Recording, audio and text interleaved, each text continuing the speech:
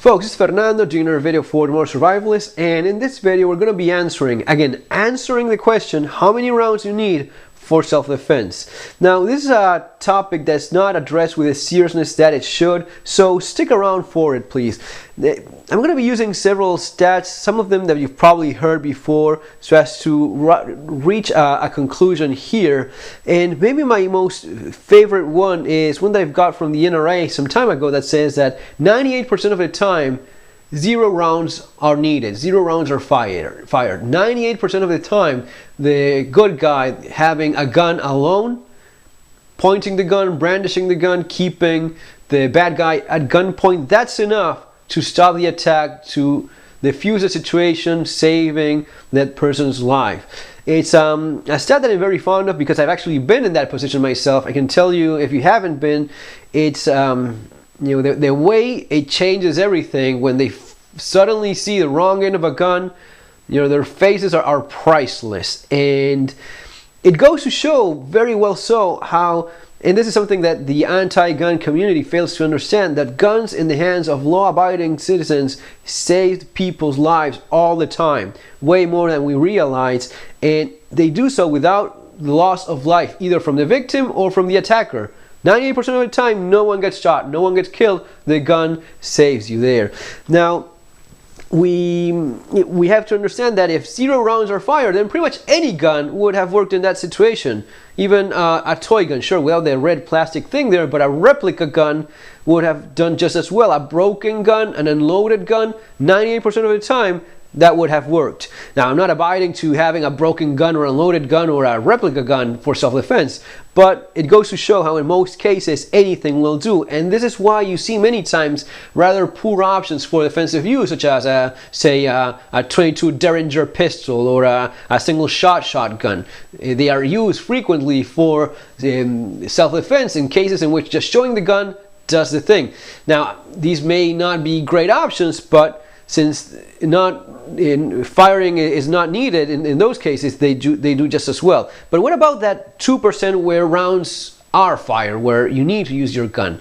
Well, in those cases, another very widely available and common statistic is that in general, in the average gunfight is going to be 3 or 4 rounds fired. That includes everything from homicides, suicides, maybe even depending on the statistic that's being made. So it's just 1 round, and maybe magazine dumps where 15 rounds, 17 rounds, the entire magazine was empty. So all of those, in average, 3 or 4 rounds. Now, that may not look very bad when you start thinking of a 6-shot revolver. I have the average gunfight 3 or 4 rounds. I have six shots in my revolver. I'm okay. Well, if you look at the actual hit ratio of the NYPD, the New York Police Department, it is about 18% hits. All right, from rounds fired, only 18% actually hit the target. That means that it's about 5.5 rounds per hit. That's already putting a revolver in kind of a not so great position if I have 6 rounds in it. An incident that I've written about in my website recently is the one from this woman in Georgia. She was home alone at night, heard someone break into the house. She got her revolver, a .38 revolver, and she hid, and this home invader went after her. I think he broke the door. She was hiding in the attic then, and he went into the attic, and very much at very close range, she fired and shot him 5 times. Suppose the revolver was maybe 5 or even a 6-shot revolver. That's a fantastic hit ratio nonetheless. And she hit him in the face and torso. Now, the guy went down. He actually escaped from the house, got into his vehicle, tried to drive away until, due to blood loss, he ended up crashing and ended up getting caught. But he even survived because the ambulance supposedly got there with enough time. They saved that guy's life, so he didn't even die in spite of being shot 5 times. The woman threatened when she finished firing and she was actually empty. She made a threat about leave or I keep on shooting or something like that. Yet it was an empty threat because she was effectively out of rounds. Now, the reality, another important fact, is that bad guys, when shot once, they will most likely leave, escape, or cease with their violent act. That's another statistic and it should not be confused with one shot stop ratio. That's something else depending on caliber. But in general, in the majority of the cases, when a bad guy gets hit, he stops what he's doing or he escapes the place where this is happening. He flees the scene. And this is not because he's being incapacitated with just one shot, which is not the most common case by any means, but the psychological reaction is, I just got shot, I do not want to get shot again, and this is quite logical, so I leave. This woman that shot this man 5 times, probably just hitting him once or twice would have been enough to make him do what he did, which is leave. And you may be thinking, well, if this man wanted to attack her, he could have continued. If he had a gun, he could have shot her. If he had 2 or 3 accomplices, they could have ganged up on her, and she was already with an empty gun. She had nothing to defend herself with. Now the reality is that most likely, again, looking at the stats, is that most likely, even with 1, 2, or 3 shots fired, this guy left. Probably if he had accomplices, they would have left as well. In most cases, when one of them gets shot, they all leave. In most cases, and you see this in a lot of this live footage, you see it in YouTube all the time, when shots start getting fired inside a house and someone that broke in, they just run as fast as their legs allow. That's the most common scenario. Now, we cannot just trust on that, because there's always a possibility of that not being the case. Maybe he got shot and he has a gun and he shoots back. Maybe he has accomplices and they go after her. There was another incident where police officer Tim Graymans got into a gunfight with one attacker who was not under the effect of drugs.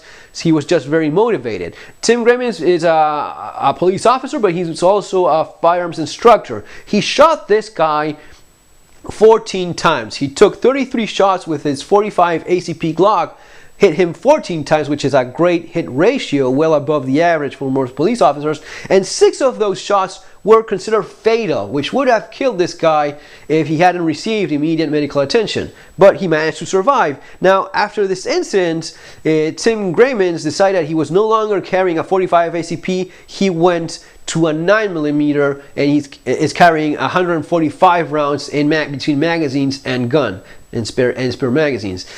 Now, these are the kind of things that make you reconsider in terms of, okay, clearly this 3 or 4 shot average, is not, I mean, that may be the average, but there's plenty of incidents where that's clearly not going to be enough. Now, what is it that you're going to be going when you decide that 6 shots, your revolver is not enough? You start looking at automatic pistols, and maybe widely consider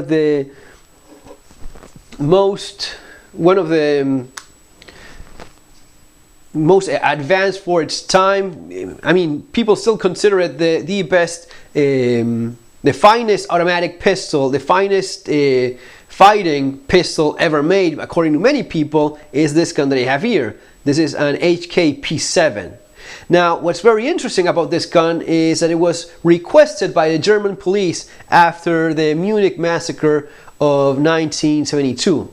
And they had a series of requests, but clearly one of them was having at least 8+1 rounds in their automatic pistol, because the P7 has 8+1. The SIG that was presented as well, the SIG P225, also it's an 8+1 gun, and the Walther P5 that was also considered is also an 8+1 gun.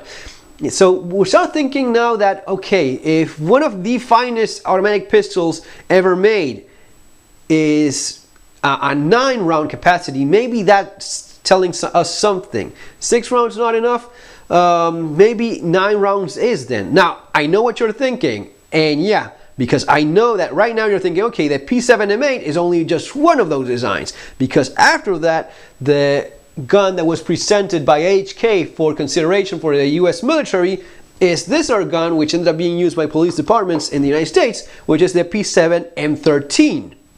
All right, so if we're talking now that it's a 13 plus 14 round gun, that seems to be what it gets the job done, or what people consider, what experts in the field consider what you should have at least. Now we're getting a little bit closer to an answer, because one of the guns that is, commonly available and widely used by police across different European countries. This gun, the HK USP Compact 9mm, 13 plus 1 rounds.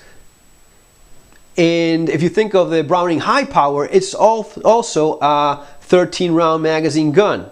All right. Now with a P7 M8 and 9 rounds total, that's not bad either, because if you think about it, one of the most famous automatic pistols and one of the most successful automatic pistols is the 1911, which is a 45 with 7 plus 1 rounds. Now you're thinking, yeah, that's 45, which is, has better stopping power than 9mm. Well, even though that's true, statistically speaking, hits matter more regarding where you're actually hitting than the caliber itself. So statistically speaking, the number of rounds fired in different gunfights is not significantly different depending on the stopping power of each round fired or the calibers being used in such gunfight. It's more about where you're hitting. So if we're taking all of this into consideration, then when it comes down to it, as promised, we're going to be answering the questions, how many rounds do you need? Well, it's about personal preference. And I'm just screwing around with you. It's not about personal preference. There's actually a tactical, sound answer to the question, which is, how many rounds do you need? Well, you're going to be needing a double stack 9mm gun. That kind of capacity is, in all honesty, what you need. We're talking about, yes, 13 plus 1 is pretty sound. In my opinion, you should have something along 14, 15 round capacity. If you're having a 13 plus 1, that's good enough as well. But basically, the right answer to the question is a double stack gun, 9mm 40. Now, having said this, and that being the right answer, okay, from a tactical perspective, the kind of technology available to you and the guy you're likely to face, that's what you should have.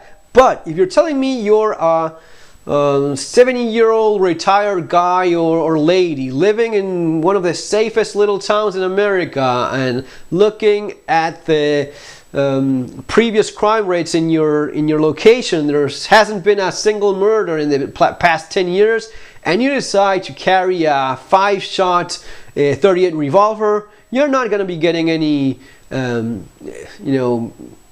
negative comments from me. I mean, at the end of the day, when you go into the fine detail of answering this question, you also have to take into account your location, your lifestyle, the kind of threats you're likely to face. If you live in a very safe community and that's where you move around and you want to have something less, even though that's not, objectively speaking, from a tactical point of view, the best thing to go for, then you could say you can get away with that. And realistically speaking, it should be enough. It should be enough for what you're likely to face. Now, if you live in a high crime area, I mean, if you live in a place like I live in Argentina, where, I mean, I've known of many cases where people shot an entire magazine, 17 rounds, and they were effed with an empty gun. I know of one incident at least, and there's several others, where people got shot after running out of ammunition, empty gun, and the guys came after them. We're talking about places where several attackers is the norm rather than the exception. If that's not your reality, and it simply is not what happens around you, then you can get away with something less than that.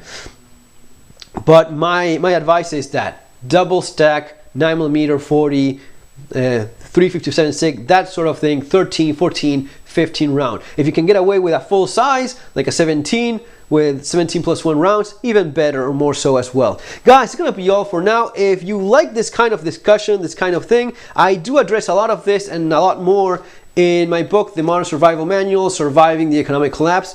And I'm going to be leaving the link below there in Amazon. I just go through this stuff much better in the book than I could possibly do in a YouTube video. Also, subscribe to the channel and remember to click on that little bell so as to have if you don't click on that notification little bell there, you're not going to be getting the notifications about new videos and such, because the subscribing alone doesn't do it, YouTube being the way it is and such. Guys, it's going to be all for now. Remember to subscribe. Take care. See you in our next video.